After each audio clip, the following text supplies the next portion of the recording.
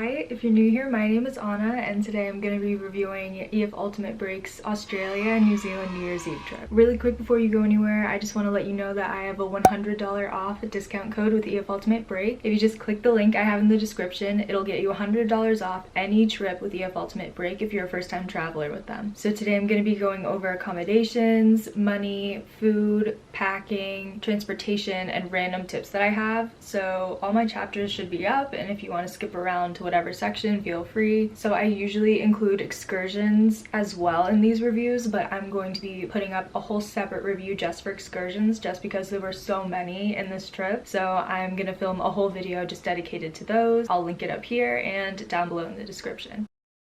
Okay, so now I'm gonna go straight into accommodations as the first section. In Melbourne, we stayed at the Travelodge Docklands. In Cairns, we stayed at the Ramada Inn by Wyndham. In Townsville, we stayed at the City Inn Oasis. In Airlie Beach, we stayed at the Kipara Rainforest Retreat, which will probably be the Nomads hostel when you guys get around to this trip. We were the guinea pigs for that hotel and it went horribly, so you'll probably be going back to the Nomads, which is so much better because it's right in town. In Sydney, you stayed at the Ibis Budget Sydney East. In Queenstown in New Zealand, you stay at the Nomads hostel. In Lake Rotorua, you stay at the Sudima hotel, and in Auckland, you stayed at the VR Auckland. So due to this being an essential trip, you have roommates from 2 to 6 in your room, possibly, because there are hostels. And honestly, the hostels I thought were kind of the best part. I enjoyed rooming with like all the people that I was with, and it was only for 2 or 3 nights, so it's really not that bad. If you've never stayed in a hostel before, don't be afraid of a hostel. These hostels are nothing to be afraid of. So if you choose not to upgrade your rooming, I only had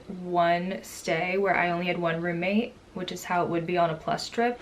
Oh, my plant. But majority of the stays will be with 1 or 2 other people. For me, it was 2, but for a lot of people, they had 1 person in their room a lot. You might get lucky. It just really depends on your tour director and who he puts who with. So on this trip, everyone had their own beds, which is an upgrade from Belize, but there were a big mix of like twin beds and then 1 nice bed. So it's up to you and your roommates how you choose who gets what, but I know that could cause conflict between people, so just be aware of that. As far as bunk beds, there were 3 accommodations with bunk beds, and the worst one you won't be going to. So the other bunk beds are honestly pretty comfortable, pretty standard bunk beds, and I had pretty good sleeps in all of them. So starting off with the Travelodge Docklands in Melbourne, it was a pretty nice hotel, standard hotel stay. So we had just 3 twin beds in our room, pretty standard. We had just enough room to go in between our beds and to the bathroom and like lay our suitcases out, but that was pretty much it. It was a nice bathroom. It had all of the soap and lotion and all the amenities. The lobby had snacks for sale and it was right in town, and you could use the free public bus system, which was pretty easy to figure out using Google Maps. They had really good coffee here during breakfast with like caramel syrup and hazelnut and stuff like that, so the breakfast was honestly pretty good. And the eggs here, for some reason the eggs here were like crack, and I am not usually an egg person, but I really liked these. So I'm giving this a 3 out of 5 for bed comfort rating. It was nice enough, like a pretty comfortable twin, but my feet were hanging off the bottom. It was kind of hard, but you know, I slept well enough. For the cleanliness rating, I'm giving it a 5 out of 5. It was very clean, standard hotel clean, and they replaced our towels and soaps every day, so didn't have to worry about that. Overall, I'm giving the Travelodge Docklands a 5 out of 5. It was just a good standard hotel stay. They really couldn't have done any better. It was pretty comfortable and the Wi-Fi was good. So next is the Ramada by Wyndham in Cairns, and it was pretty good overall. It had a pool, it had laundry, it had a gym, it had like a lot of amenities, and a restaurant on site where you have breakfast every day. It was right in town, so it was easy to walk to like all the restaurants and stuff and bars. We had no issues with this place other than the bathroom just being a little run down, but this is a big space upgrade compared to the last place. Like our rooms were very big and spacious. In our room, we had 2 twins and a queen, so this is the first battle for who gets the best bed. Every room had a balcony or patio situation, and the pool pretty much stayed open all night. They said, I think it closed at like 9, but people were in there at like 3 a.m. So for the bed comfort rating, I'm gonna give another 3.5, kind of the same thing. It was a twin bed, my feet were hanging off, and it was kind of hard, but good enough. For cleanliness, I'm gonna give it a 4 out of 5. It was pretty clean, and they did housekeeping every day and replaced everything. Yeah, just the bathroom wasn't super updated, and there was no fan, so it got really steamy in there when you're showering, but other than that, it was fine. So overall, I'm gonna give this place a 5 out of 5. It was a really good location. You could walk walk everywhere. This place had a lot of amenities, and like the other places didn't have gyms or pools that we could go into whenever we wanted, so that was nice. The Wi-Fi would drop out every now and again, but when you were connected it did work. Also, a tip for this place is the best water you're gonna find is in the gym, so if you want to fill up your water bottles or anything, just head there and it'll be nice cold water. So for the City Inn Oasis in Townsville, we only stayed here for one night. In our room I had 2 queen beds, 1 twin, and then 1 rollaway bed. I got another twin bed, surprise. It was a tight squeeze, like we could barely walk through the room with the rollaway in there, but people had different roommate situations in each room, so I'm not sure what kind of mix-up you're gonna get. Like there were people who just had 1 roommate, and then there were people who had 2, and then us, we had 3, so you never know. The bathroom was pretty big and nice enough, and the shower pressure was actually really good. It was kind of a walk from restaurants, but Townsville is kind of spread out weirdly. So Townsville is in the middle of nowhere and there's nothing to do, so don't try to go out there. Some areas were kind of sketchy, but the one big plus about this place is that they had a really cute pool. So they had like a spa, hot tub, and then a nice pool. It looks like an oasis, you know what I mean? But it was really nice for people to like all swim together there because there's nothing else to do in Townsville. So another 3.5 for the bed rating because it's the same thing over and over again. It's like all these mattresses were the same. They all felt the same pretty much, and my feet were hanging off of all of them, so I don't know what it was.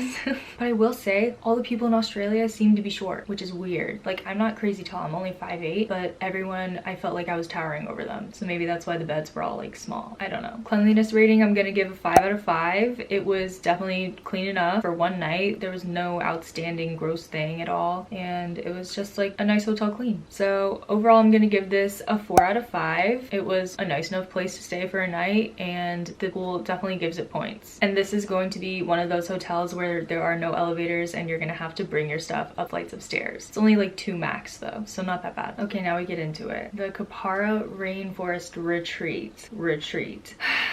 They should never go here again, and I made that very clear in my review. So this was a new EF hotel that they were trying out, and we were the guinea pigs for it. The experiment was a failure, the biggest failure they could possibly have. So since this was a New Year's departure, there were 3 groups on this trip. Only 2 out of 3 groups stayed at this specific hotel, and 1 group got all of the new renovated nice rooms, and we were lucky enough to get the vintage rooms. Yes, they were vintage, that's for sure. As soon as we stepped foot in the room and closed the door, we saw a giant cockroach on our curtain. It was huge, it was massive. So after we killed that, we kept exploring and found 2 more. So that was really fun. So the layout of this room is that there were 3 bunk beds, but only 2 had pads that you could sleep on. You don't even get a mattress. They're just rubber pads like school bus seats that you're sleeping on. And then there was a queen bed, and I'm so lucky that my roommates gave that to me after sleeping on a twin this whole time. And then there was a couch that you could sleep on, but it was really like short. Like you could not really stretch out on it at all. The room did come with a kitchen, which was nice, and we had to make our own food for breakfast since they didn't provide a meal. Each person got $15 per morning, so in total 30 Australian, and they dropped us off at the supermarket right before this so we could go get stuff for breakfast. Most of the roommate groups just pooled their money together and bought everything, and also like snacks and stuff because there's nowhere to eat after 9 p.m. I'll get into all of this later, but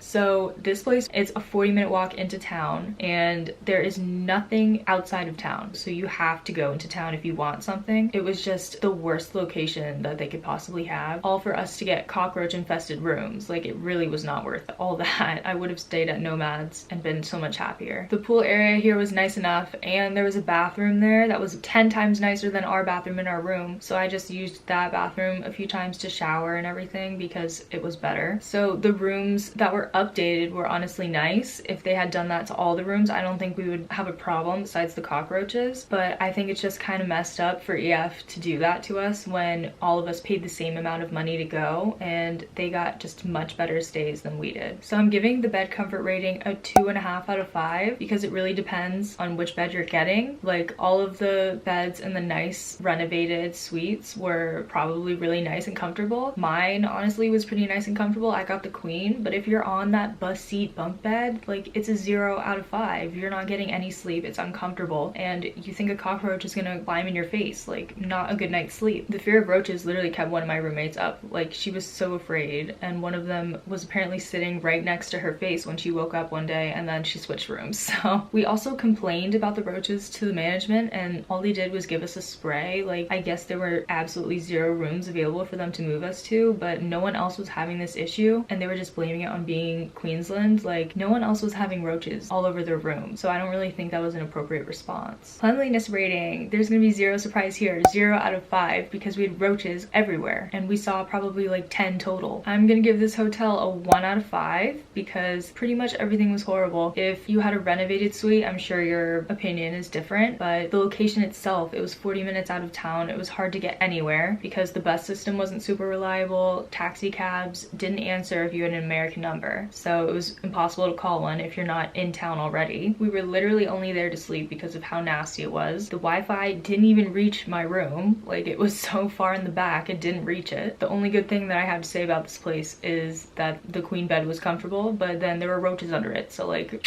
we're having issues. Okay, so moving on to the next hotels, the Sydney Budget East Ibis. This one wasn't bad, honestly, but it was another bunk bed situation, but at least these had actual mattresses and not just bus pads. The bathroom was incredibly tight. You could brush your teeth, pee, and take a shower all in the same spot. I'm not even joking. They did not have all of the shampoo, conditioner, everything. There was just 1 3-in-1. So take stuff like from the hostel and just use that for body wash. For the bunk beds, you're expected to make your own beds. Like, they didn't even make the bottom bunk. They just throw the sheets on there and call it a day. And also with the duvet, they only gave you a sheet and then used the same duvet without a cover. So I think that was kind of gross. Like, everyone's just using the same duvet with no sheet on it. We also had to request towels a few times because they only changed them once, and I think you're here for 2 or 3 nights, I can't remember. They had gummy snakes in the lobby, and those were good. You could take those whenever you wanted, but the breakfast was super minimal. They only had like toast and coffee, and that was it. So if you don't want toast for breakfast, you gotta go somewhere else. For bed comfort rating, I'm gonna give a 4 out of 5. It was one of the more comfortable bunk beds that I've slept in. Cleanliness rating, I'm gonna give a 4 out of 5 just because the bathroom was clean, but like the water gets everywhere, and like you can't keep it not a swamp in there. Like, once you take a shower, it is wet and you just can't do anything else in there. Also, the duvet freaked me out and it had like stains on it. So overall, I'm gonna give it a 4 out of 5. Everything was pretty walkable, and once you learn how to use your Opal card and get around the city, it's in a pretty good location. We had 1 king and bunk beds, so it's another battle between your roommates who gets what. You definitely had to be conscious about space here because we could barely lay all of our suitcases out, and when you open the bathroom door, someone's getting hit. Like, there's just nowhere else to be. Even though the breakfast sucked, honestly, maybe I should make it a 3.5. I'm changing it to a 3.5 after thinking about all this, but it was a good enough stay. Okay, so the next hotel is in New Zealand, and it is the Nomads hostel in Queenstown. This was my first experience in a hostel, and it was a really good one, to be honest. Everything was kept really clean, and even the bathrooms, like, I never saw the communal bathroom being super disgusting or anything, so they were on top of it and did a good job. We were 7 girls in a room for 10, so we had 3 extra bunk bed tops that people could, I don't know, throw stuff on or whatever. We had our own private bathroom in the room, which was a really nice thing that I didn't think we would get, but at least we got our own bathroom. The soap didn't work the entire time we were there, so we had hand sanitizer, and then we would go to the communals if we needed. We had a pretty good amount of floor space, definitely more floor space than other hotels that we stayed at. There was enough room to just shove your suitcase under your bed if you were on the bottom bunk, so that definitely saved floor space. There was only 1 mirror, so doing makeup was the only difficult part. People were using their phones or going to the communal bathroom if they needed. You can figure it out, but there is only 1 mirror in the room. The Wi-Fi here was actually really good. I was expecting it to suck, but after having all of those experiences with sucky Wi-Fi, I finally got a place where I could use my phone, which was really nice. There was a water bottle fill up in the lobby that we used all the time, so that was really convenient, and they kept it full. The location was also perfect, and Queenstown isn't very big, but you could walk everywhere just from the hostel, and it was super easy to find your way back. For bed comfort, I'm gonna give a 4 out of 5. I had a pretty good night's sleep, and I think we were here for 3 nights. It was a really decent bunk bed, but I finally got the bottom bunk. For cleanliness, I'm gonna give it a 4.5 because honestly, I never saw anything that was gross, which was really shocking to me. Like, they kept everything really clean. They kept all the communal areas nice and all the bathrooms, so I would definitely stay here again if I go back to Queenstown, which I probably will. So overall, I'm giving this this hostel a 5 out of 5 for sure. Never claimed to be a hotel, but definitely outdid some of the hotels that we stayed at. So the next one was in like Rotorua, and it was the Sudima Hotel. We finally got 2 queen beds to ourselves. We were all split up in rooms of 2, and I had a fantastic night's sleep here because I chose to skip the Maori excursion because I was just so tired from the night before. And I went to bed at like 8:45, and it was so nice.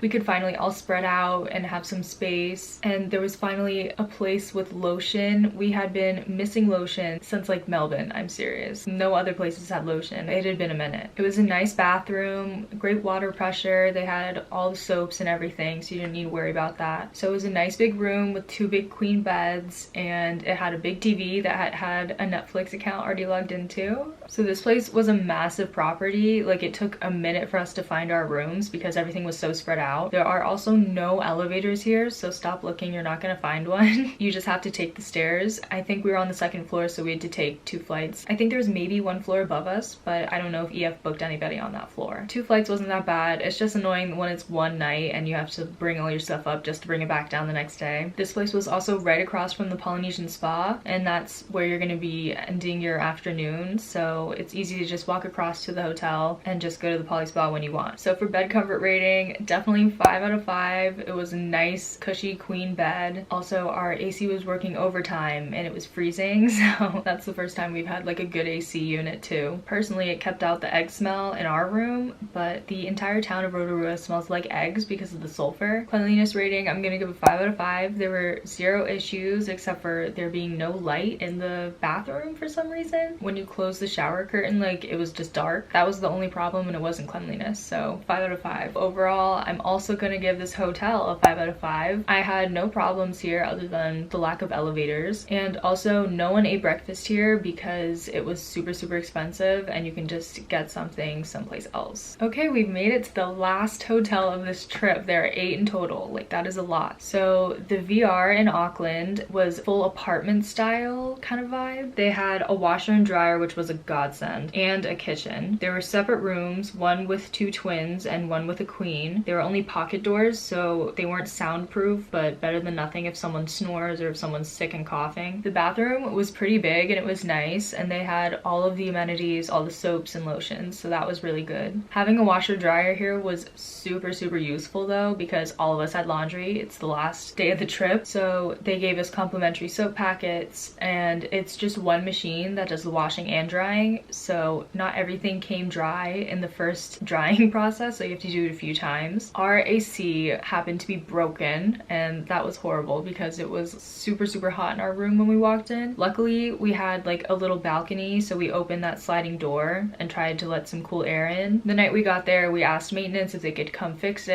and they couldn't. But looking at the Google reviews and just based off of what all of our friends said on this trip, a lot of the rooms had broken AC. Some people like wheeled their beds out to the main part of the apartment, so the air that was coming in would be directly on them. Bed comfort rating, I'm gonna give it 5 out of 5. I got the twins again, but honestly, it was really comfortable and I slept well here. I'm also gonna give cleanliness rating 5 out of 5. They came in and gave us new towels and everything, and it was kept really clean. The hotel itself was also clean, the lobby space, and their elevators, not that this is relevant, but their elevators were pretty fast compared to other places that we stayed. Overall, I'm gonna give this place a 4 out of 5 just because of the broken AC everywhere. Sleeping in a super hot hotel room was definitely not fun, but I will say I got sick here, deathly ill, and the plumbing did not give up on me, so points for that for sure. This was definitely a different kind of stay for EF, like not a typical hotel, but I kind of liked the apartment, but we didn't use the kitchen part because we were getting breakfast elsewhere. Okay, and that is it for accommodations.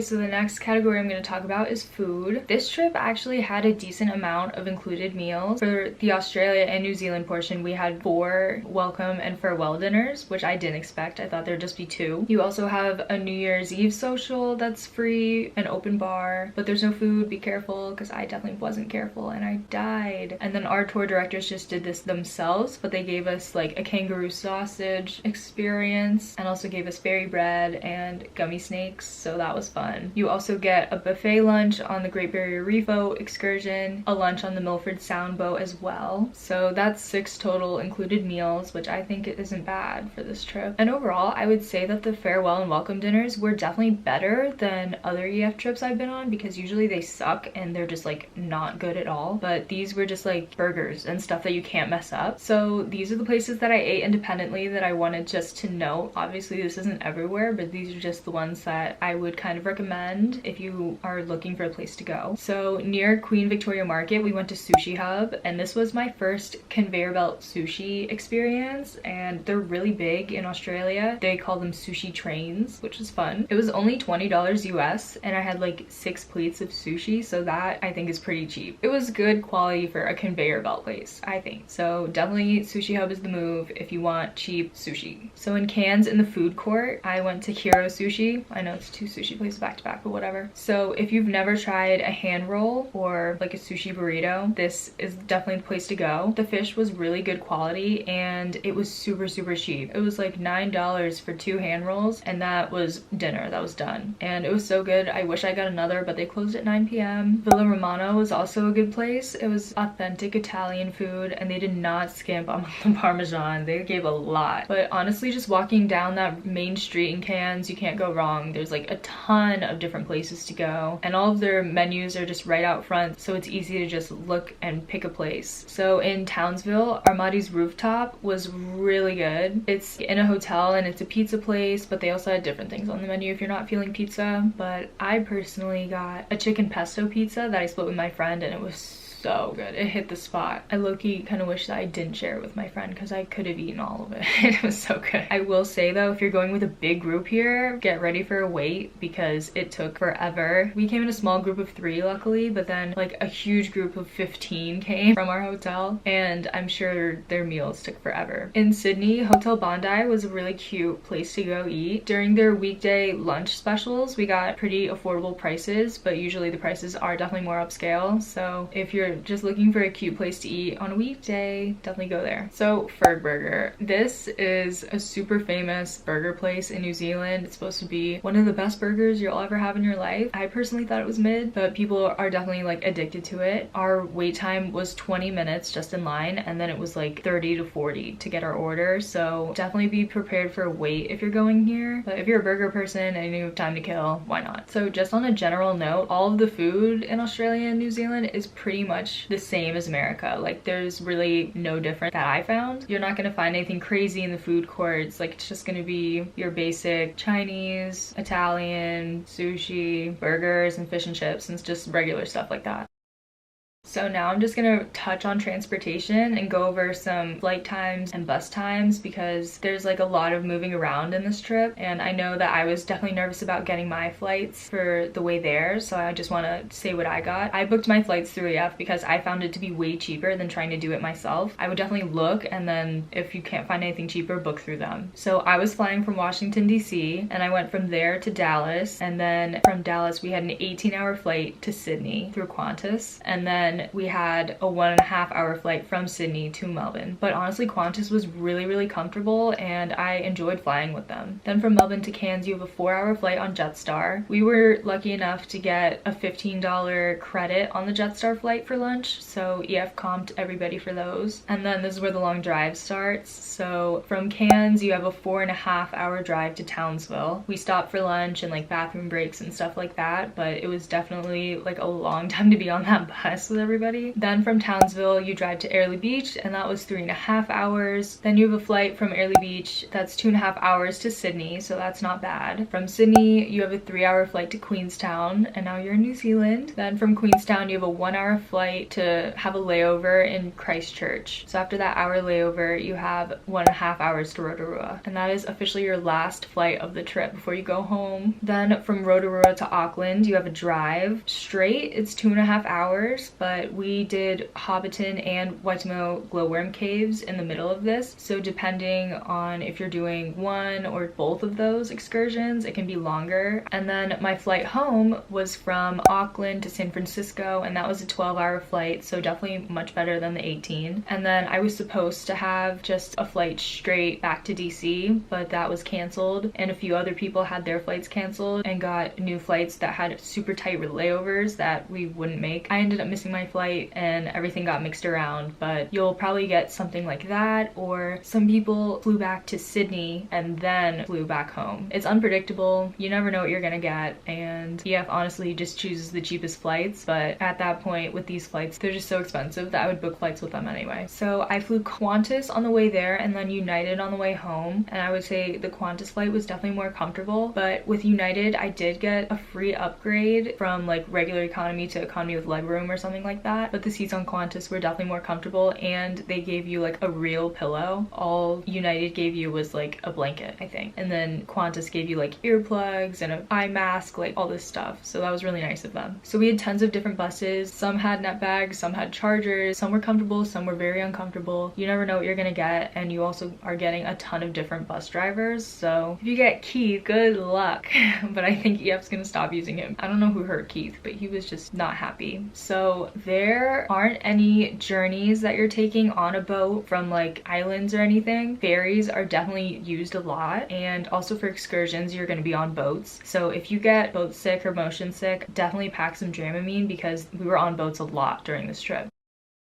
Okay, now I'm going to talk about money and budgeting, the big one. So for the conversion rates, the Australian dollar is not fixed, so it does fluctuate. But when we went, one Australian dollar equals 0.66 US dollars. Same for the New Zealand dollar, it is also not fixed. So when we went, one New Zealand dollar was equivalent to 0.62 US dollars. Also, just want to mention, we received $30 Australian when we were in Airlie for breakfast. Not sure if they're going to continue that, just because we were staying at this place that was far away that didn't offer breakfast, but we did get $30 cash for $15 per morning. And then when we landed in New Zealand, I'm sure they'll continue this, but all of us got $100 New Zealand for our breakfast for the entire week we were in New Zealand. So for my budget breakdown, for visas for both Australia and New Zealand, I paid $50 US. And a tip with this, you have to get them on your own. EF does not do this for you. So when you're about a month out, start thinking about your visas. Definitely do it 2 weeks before,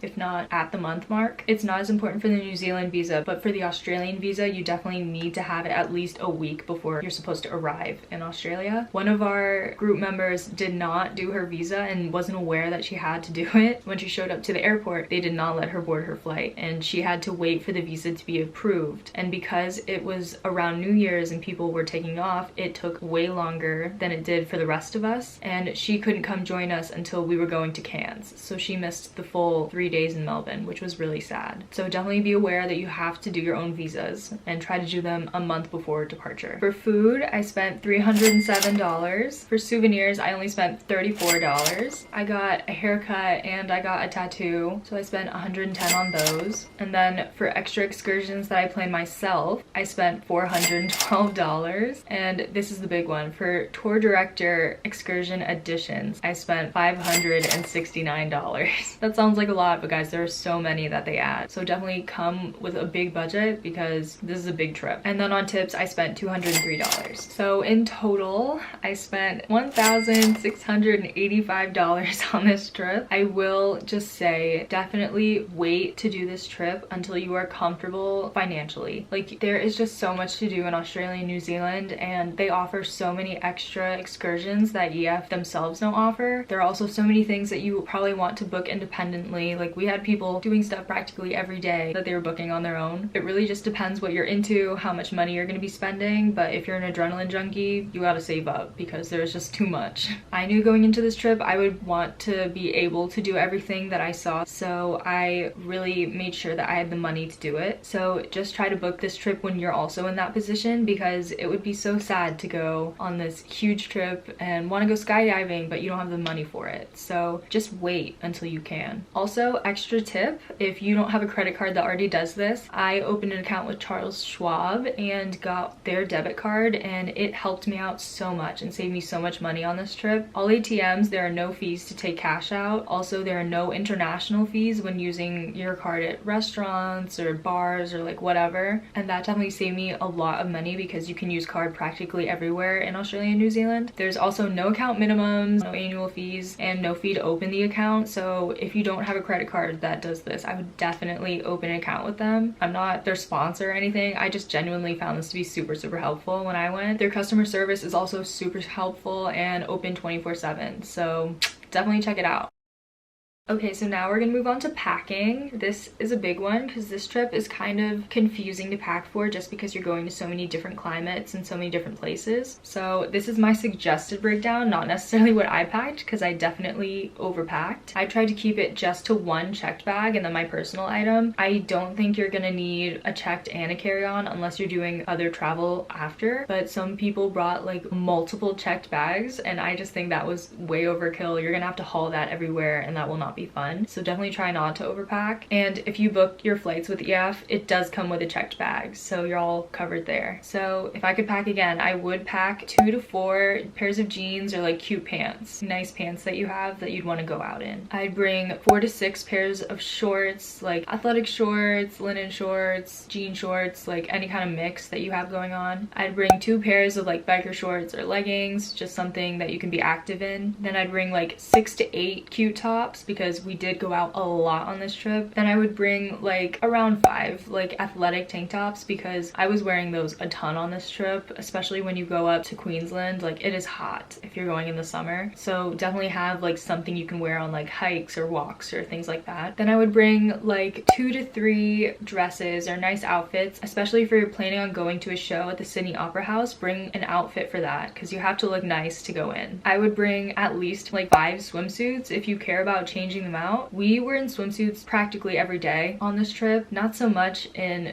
New Zealand I will say, but I overkill, always bring too many, but I love having options, and if you also want options I would bring like 10 because we were in swimsuits all the time on this trip. So I personally brought 4 pairs of shoes, including rubber sandals, nice pair of sandals, nice sneakers, like just I think I brought Jordans, and then like active sneakers that you'd go on a hike in. Honestly, if you really don't care, then you only need 1 pair of sneakers and 1 pair of sandals and you're good to go. I would say rubber Birkenstocks can work for like cuter outfits too if you want, but I brought like Princess Polly ones too. Definitely bring clothes that you can mix and match for combos, and that'll be really handy. Okay, so now I'm gonna talk about some extra essentials that you should bring specifically for this trip. So a wet to dry bag, I always say that you should bring that because you're gonna have wet swimsuits and you don't always have time to dry them out before you're moving from place to place, so you just want to have something you can put it into where you don't have to worry about it dripping and getting everything else wet. Also bring a towel. There were definitely some excursions where we needed our own towels and they didn't provide them, so if you have like a microfiber towel, that is perfect to bring because it rolls up tight, it doesn't smell, and it doesn't stay wet. I'm also going to promote rubber sandals again. My rubber Birks come in clutch every single trip. You're going to be on the beach, you're going to be doing all this stuff where you don't want to have wet shoes, and they're also super comfortable. Also, you can wear them as shower shoes if you're showering in the communal showers at the hostel. Definitely have sunscreen. You will need it every single day down under. The sun is strong. You can buy a body sunscreen there, but if you have a checked bag, why not just throw it in there? Another essential is an underwater case or camera. So I personally had my GoPro with me. Other people, if they didn't have a GoPro, they bought underwater cases from Amazon that they could just put their phone in. I have seen those work and I've seen them fail. So if you're comfortable risking your phone, I would purchase the best rated one on Amazon and bring it because there's just so many water activities that we do, and also you want to be able to film these beautiful reefs that we swim at. So I would definitely try to get one of those.